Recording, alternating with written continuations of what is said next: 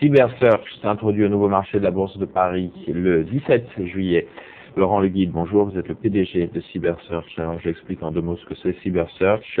C'est dans la même lignée que tout un tas d'autres sociétés qui sont des sites de recrutement, de petites annonces, d'emploi sur Internet. Est-ce que Cybersearch se distingue des Monster.com, des White Eyes, des Jobline, des Recruitnet, ou est-ce que c'est vraiment encore la même chose? Alors Cybersearch est très différent de ses concurrents. On voit aujourd'hui plusieurs générations de sites internet dans le secteur de l'emploi. Il y avait dans un premier temps une génération de sites qui publiaient les annonces presse, qui reproduisaient les annonces presse sur internet.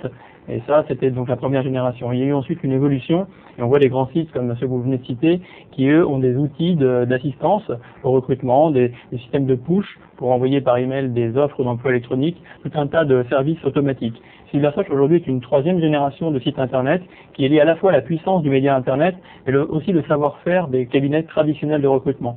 Nous avons une équipe de 30 consultants qui assistent tous les jours nos clients et nos candidats dans l'optimisation à la fois de la recherche d'emploi pour trouver le meilleur poste et aussi pour nos clients l'optimisation de la recherche de candidats. Donc je résume, c'est click and mortar, c'est-à-dire un pied dans l'internet, un pied dans l'ancienne économie, on va dire, avec une activité de consultant en recrutement totalement classique. Tout à fait, c'est du click and mortar. On est à la fois l'internet, mais aussi le cabinet traditionnel. Alors pourquoi vous voulez vous introduire en bourse et lever de l'argent? À quoi ça va vous servir aujourd'hui? Ça sera plutôt pour les efforts marketing qu'il faut faire pour faire connaître son site, ça c'est la problématique de tous les sites internet, ou est-ce que c'est plutôt pour développer l'aspect traditionnel du business et devenir un consultant à plein régime avec des hommes derrière? Tout à fait. Donc déjà, nous serons la première société française dans le secteur de l'emploi sur Internet à s'introduire en bourse en France. Il en existe aujourd'hui plusieurs en Europe, notamment en Angleterre, en Allemagne. On va être le premier en France à s'introduire sur la bourse de Paris. L'idée de cette introduction, c'est pour lever évidemment des capitaux et développer très rapidement la société, beaucoup plus vite que si on l'avait fait sans ces capitaux. Donc on va, dans un premier temps, faire beaucoup de croissance externe pour se développer rapidement sur l'international, notamment en Europe du Sud. On a ciblé aujourd'hui un certain nombre de pays d'Europe du Sud, l'Espagne, l'Italie, le Portugal, où pour l'instant il n'existe pas encore beaucoup d'acteurs sur le marché, pour prendre des parts de marché très vite avec un modèle qui ressemble très fortement au modèle français. Donc ce qu'on veut, nous, effectivement, c'est aussi lever de l'argent pour faire de la communication, bien que Cybersearch ait une politique de communication très ciblée. On ne fait pas d'annonce de publicité à la télévision pour l'instant, ni en affichage 4x3, ce qui coûte très cher. On a une politique de communication beaucoup plus ciblée, avec aujourd'hui des spécialités. Cybersearch n'est pas généraliste, c'est un multispécialiste de l'emploi sur Internet, avec aujourd'hui 5 spécialités. Et pour chacune de nos spécialités, on va avoir un axe de communication très ciblé vers les écoles, vers les médias qui touchent ces populations de candidats. On a l'impression, si vous me permettez le commentaire, que cette introduction en bourse a été un petit peu mal embarquée parce que dans un premier temps, vous deviez vous introduire en essayant de lever 30 millions d'euros. Vous avez reporté l'introduction une première fois. Vous êtes revenu vers le marché en proposant de lever 20 millions d'euros et puis vous allez reporter une deuxième fois. Là, c'est la troisième fois que vous tentez de vous introduire et vous ne voulez lever cette fois-ci que 7 millions. Alors, si on doit un petit peu proportionnellement revaloriser la société à ce qu'elle vaut, on a l'impression que vous avez réduit de beaucoup vos ambitions. Ouais. Alors en fait, on avait prévu de s'introduire effectivement au début mai, avec une levée de 30 millions d'euros. On s'est rendu compte en avril que suite au krach boursier, on n'avait plus la possibilité de s'introduire aussi facilement, et on avait la possibilité soit de décaler, on va dire, avant les grandes vacances, soit de passer carrément au mois d'octobre.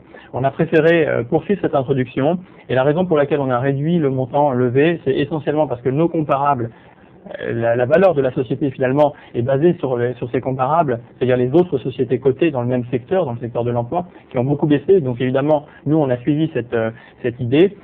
Et deuxième raison, on a réduit aussi le pourcentage qu'on allait ouvrir au niveau de notre capital. Alors une question précise là-dessus. Est-ce que aujourd'hui la tentative de lever 7 millions, donc une fraction du capital, est ouverte aujourd'hui par rapport à ce que vous vouliez ouvrir avant? C'était simplement l'idée de marquer le coup, d'être sûr de vous introduire pour pouvoir en fait faire une deuxième levée de fonds plus tard, disons à la rentrée, avec une plus grande ouverture du capital, plus en ligne avec ce que vous vouliez faire avant, mais en attendant des conditions de marché meilleures? Alors on a complètement revu notre business plan. On n'a pas décidé de faire un deuxième appel au marché. Avec nos 7 millions d'euros, on est tout à fait capable de se développer pendant plusieurs années. Ouais, donc une révision importante du business plan, parce que de 30 à 7, en fait, on a revu effectivement le business plan. On est un peu moins ambitieux en termes de croissance, en termes de rapidité. En tout cas, on va quand même aller très très vite pour nous développer sur certains pays d'Europe, pour se développer aussi en France, en région. On ouvre d'ailleurs une agence à Lyon là, cette semaine. Ce qu'on veut, c'est nous introduire en bourse. C'est un petit peu dans la lignée de tout ce qu'on fait depuis le début. On est aujourd'hui certifié ISO 9002. Ce qu'on veut, c'est faire de la qualité, de la transparence, publier des résultats et se faire juger directement par le marché. Et alors donc dans la politique de croissance qui va passer pas mal par de la croissance externe, vous l'avez dit vous-même, est-ce que l'idée de se coter rapidement en levant moins, c'est pour avoir du papier et une monnaie d'échange pour faire des offres plutôt en papier avec les titres CyberSearch qui seront cotés, plutôt qu'avec du cash que vous auriez pu lever à hauteur de 100 millions il y a encore quelques mois? Tout à fait. L'idée d'être coté pour nous, c'est aussi la possibilité effectivement d'avoir une valeur de marché et de pouvoir aussi faire de la croissance externe par des échanges de titres. Donc ce qu'on veut, c'est pouvoir dire la société CyberSearch, elle vaut tel prix, et comparé au cabinet ou à la société qu'on veut racheter, on a une possibilité beaucoup plus forte aujourd'hui de faire de la croissance. Est-ce que CyberSearch gagne de l'argent aujourd'hui? Alors CyberSearch aujourd'hui est un modèle rentable. On a aujourd'hui dès 2000, si on extrait les frais de communication liés spécifiquement à l'introduction en bourse, Ce font beaucoup de gens, et c'est une politique sur laquelle on peut aussi se poser des questions s'il faut déduire les frais d'introduction de la comptabilité. Mais bon, continuons. Donc en fait, aujourd'hui, on a un rythme d'exploitation qui est rentable. Dès 2001, on prévoit une rentabilité forte, avec une rentabilité donc dès le début de l'année 2001. On aura un EBITDA positif qui nous permettra de nous développer très vite, avec une rentabilité nette après impôt qui sera dès 2002 très forte, puisqu'on envisage d'avoir plus de 10% de rentabilité nette.